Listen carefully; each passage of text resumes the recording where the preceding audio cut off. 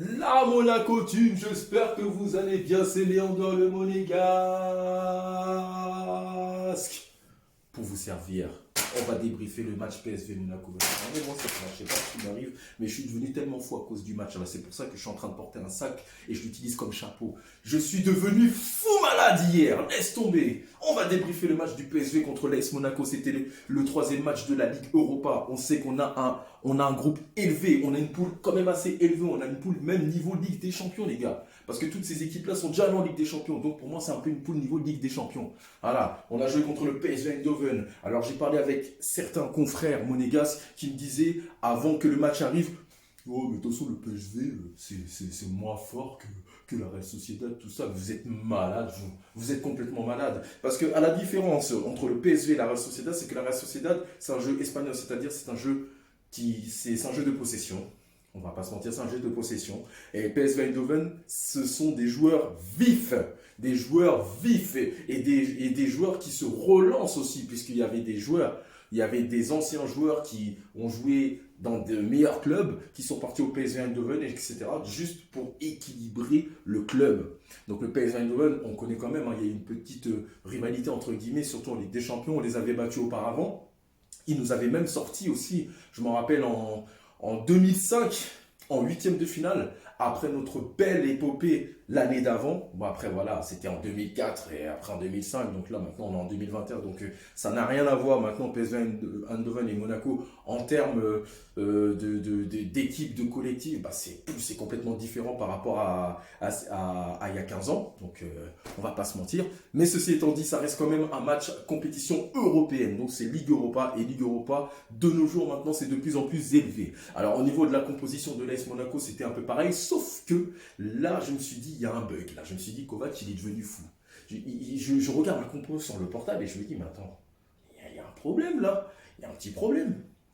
Attends. Chouamini devant. Il y a un problème là. Moi, je voulais partir tout de suite à Eindhoven et je voulais aller voir Kovac. Je voulais lui dire, excuse me Kovac, but there is a problem. There is a problem because you put Chouamini in a striker. Yeah. You put Chouamini striker. Why? And where's Ben Yedder? Where's Ben Yedder? Il a dit, ah, je sais pas, tu vois. Non, mais non, c'était volontaire de la part de Kovac. C'était volontaire. Et personnellement, ça a quand même fonctionné, difficilement, mais ça a fonctionné. Donc le début de match, on va dire que c'était quand même assez serré, mais on avait la main mise sur le ballon. Enfin, on avait le pied sur le ballon. On avait le pied sur le ballon, en sachant en plus que Boadu était titulaire. Boadu, qui n'a pas encore marqué de la saison, les gars. Il n'a pas encore marqué de la saison. Donc, du coup, Boadu, entre guillemets, était un peu comme le neuf caché, puisque Chouameni jouait devant. Mais au moins, on arrivait vraiment à faire tourner le ballon. En fait, quand il y a 0-0, quand on n'a vraiment rien à perdre, on joue le match. On le joue. Donc ça commence à faire des petites combinaisons, ça ne dégage pas trop le ballon, parce que souvent, des fois, quand on est en difficulté, on a tendance à balancer le ballon. Des fois, lorsqu'il y a 6 mètres, lorsqu'il y a sortie de but, parfois on arrive justement, au lieu de la dégager, on arrive justement à faire tourner le ballon de la défense jusqu'à l'attaque, ça c'est bien. Et on a un bloc assez haut. Et là, ce qui est bien, c'est qu'en une passe en profondeur, on peut tuer la défense du PSV Eindhoven. Et c'est chose faite pendant une mi-temps. On a eu 3 occasions, dont un marqué malheureusement. Donc Boadu, je parle surtout de lui parce que c'était sur lui que le match allait être fait, puisque Boadu connaît très bien ses équipes néerlandaises. Et là, sur une belle passe en profondeur, Boadu qui prend le dernier défenseur de vitesse et qui fait un extérieur du pied droit. 1-0, c'est magnifique, voilà, 1-0. Et là, tu te dis, s'il y a encore une autre occasion comme ça, eh ben, voilà, ça va passer, tu vois, ça va passer. Et au final, ça ne passe pas. Pourquoi? Parce que ça serait trop beau si Monaco mène déjà 2-0 ou 3-0 en première mi-temps. C'est toujours la même histoire avec l'AS Monaco. Et Boadu, malheureusement, ok, tu marques un but, il n'y a pas de problème. Mais à un moment donné, Boadu, on a vu tes statistiques aux Pays-Bas quand tu jouais en Eredivisie. Mais encore une fois, je le dis, c'est pas le même niveau Hein, c'est pas le même niveau. Là, à l'AS Monaco, on va être beaucoup plus intransigeant.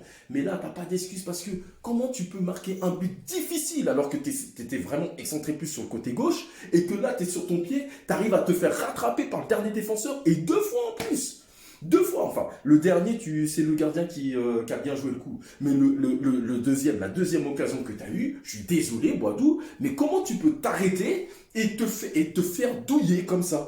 Et franchement, j'étais devenu fou. En plus, je le regardais sur mon lit avec une sérénité. Je me suis dit, c'est bon, Boadou, c'est bon, tu as marqué ton doublé, tu as marqué ton doublé. Et là, je vois le mec, il te rattrape et il te tâche. Non, Boadou, non, Boadou, non, non, non, oh là là, Boadou, putain, Boadou, non! C'est dans ces matchs-là que tu peux te faire punir parce que 1-0, c'est pas suffisant. Ça me rappelle un peu le match contre la Real Sociedad, justement. Hein, le match contre la Real Sociedad, c'était la même chose. Et ben en deuxième mi-temps, c'était pareil.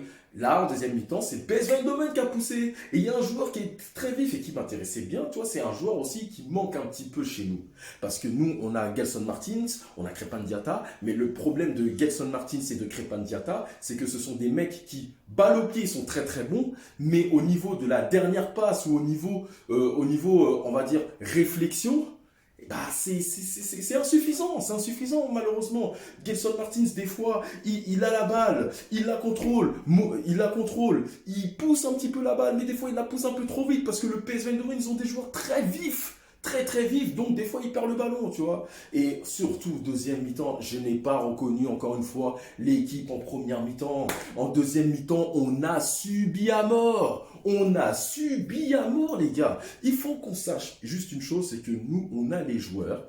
On a les joueurs pour faire tourner le ballon. Déjà, les défenseurs, Disasi, Maripane, Badiachil, on a quand même 3 mecs costauds.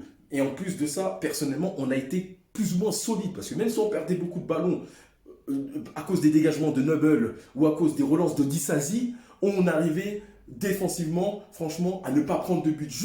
Jusqu'au moment où un mec comme Gakpo là, le Tismé là, eh ben il nous la met, il met une frappe de nulle part, il lui dit laisse, il met une frappe et en plus tu vois Noble il aurait pu l'arrêter mais comme il est gêné par les défenseurs monégasques, bah forcément ça fait but, voilà, un partout et on se fait punir. Pourquoi on se fait punir? Parce qu'on n'arrive pas à concrétiser nos occasions, parce qu'on n'arrive pas à marquer nos buts les gars. Ben ouais c'est ça, parce que c'est bien beau de dire ouais Boadou, ouais mais Boadou il t'en rate combien?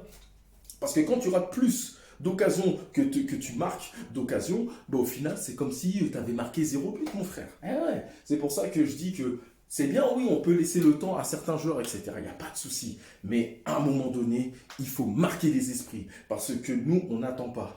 On n'attend pas. Tu vois, les mecs comme Ben Yedder, ils ont 31 ans. Donc, eux, entre guillemets, ils n'ont plus rien à prouver. Eux, ils sont là vraiment pour l'esprit du club. Mais toi, Boadou, tu es le futur attaquant. Si tu es là à long terme, en plus, tu es là pour 5 ans. Si je ne me trompe pas, tu es là à long terme. Donc, il faut que tu marques les esprits tout de suite. Tu crois que les Kylian Mbappé, ils ont fait quoi? Hein, ils ont pas attendu que Falcao ou Germain soient blessés, etc. Non, Kylian Mbappé, lui, il a saisi sa chance tout de suite. Tout de suite. Et lui, Mbappé, il était plus jeune que toi, mon gars. Plus jeune que toi. Alors oui, on va pas comparer, il n'y a pas de souci, parce que c'était un coup de chance hein, à l'époque de Jardim quand il a mis Mbappé. Mais Mbappé, il a fait ses preuves tout de suite. Et en Ligue des Champions aussi. Mais bon, Mbappé, maintenant, il est parisien, donc je m'arrête là tout de suite, parce que sinon, je vais commencer à construire, à réaliser un biopic sur lui. Bref. Mais voilà, on se fait punir, un partout. Et on subit, voilà les occasions, on dégage le ballon, on redonne la balle à l'adversaire à chaque fois. Au moins 30 ballons relancés comme ça. On n'arrivait même pas à jouer avec nos milieux de terrain, on n'arrivait même pas à aller dans leur camp carrément, tu vois. Donc Kovac, il a décidé de faire quoi? Eh ben on va faire des changements. On va mettre Sofiane Diop, on va mettre Gelson Martins, on va mettre Ben Yedder aussi. Voilà, on va mettre ces joueurs d'expérience. Donc je pense que Kovac, sur ce coup-là, il a été quand même très très malin, tu vois. Et au final, ça a quand même porté ses fruits parce que là, on arrivait vraiment à plus garder le ballon, tu vois. Mais tu vois, il y a aussi Caio Henrique, je le trouve un peu moins serein parce que Caio Henrique, c'est bien beau de monter, c'est bien beau de dédoubler, mais des fois, il faut se dire une chose, même si tu es piston, tu dois défendre aussi parce que Caio Henrique, tu es latéral. Il faut que tu défendes mieux. Il faut. Attends, le Versten, je sais pas quoi. Le mec, mais comment il peut te fumer comme ça? Il même physiquement, t'es un peu plus costaud que lui quand même. Hein? Donc, hein, oui, non, je suis désolé, Caio Henrique, tu dois fumer. Tu dois fumer. Je suis désolé. Les gars, on est trop tendre. C'est ça le problème de l'AS Monaco. On est trop tendre. Le club est trop tendre, trop tendre. Il nous faut des joueurs un peu sales, il nous faut des joueurs un peu méchants. Comme ça, tu vois, tu les fais sortir un peu de leur match, tu vois. Mais il faut... Alors oui, on est une équipe qui est disciplinaire, il n'y a pas de souci, j'ai rien contre ça. Mais il faut qu'on soit un peu plus sale. Là, c'est la Ligue Europa. Alors oui, on était énervé parce qu'on ne peut pas jouer la Ligue des Champions. Mais au vu de ce qui se passe en Ligue des Champions, c'est trop élevé pour nous. Mais la Ligue Europa, c'est aussi élevé maintenant. Il y a plein d'équipes. Maintenant, il y a un chemin. Tu vas, comment dire, tu es en phase de poule. Tu te qualifies pour les 16e de finale, gros. 16e de finale. Et après, il y a les 8e. Et en plus, en sachant qu'il y a en plus les 3e de C1, tout ça. Attention, les gars. Attention, faut pas blaguer. Faut pas blaguer. Mais on peut pas subir comme ça quand tu mènes au score ou quand tu fais match nul. Normalement, tu dois pousser pour aller chercher la victoire. C'est chose faite justement d'ailleurs. Dans les dernières minutes, voilà, on a eu une chance énorme, mais qui est synonyme de hold-up.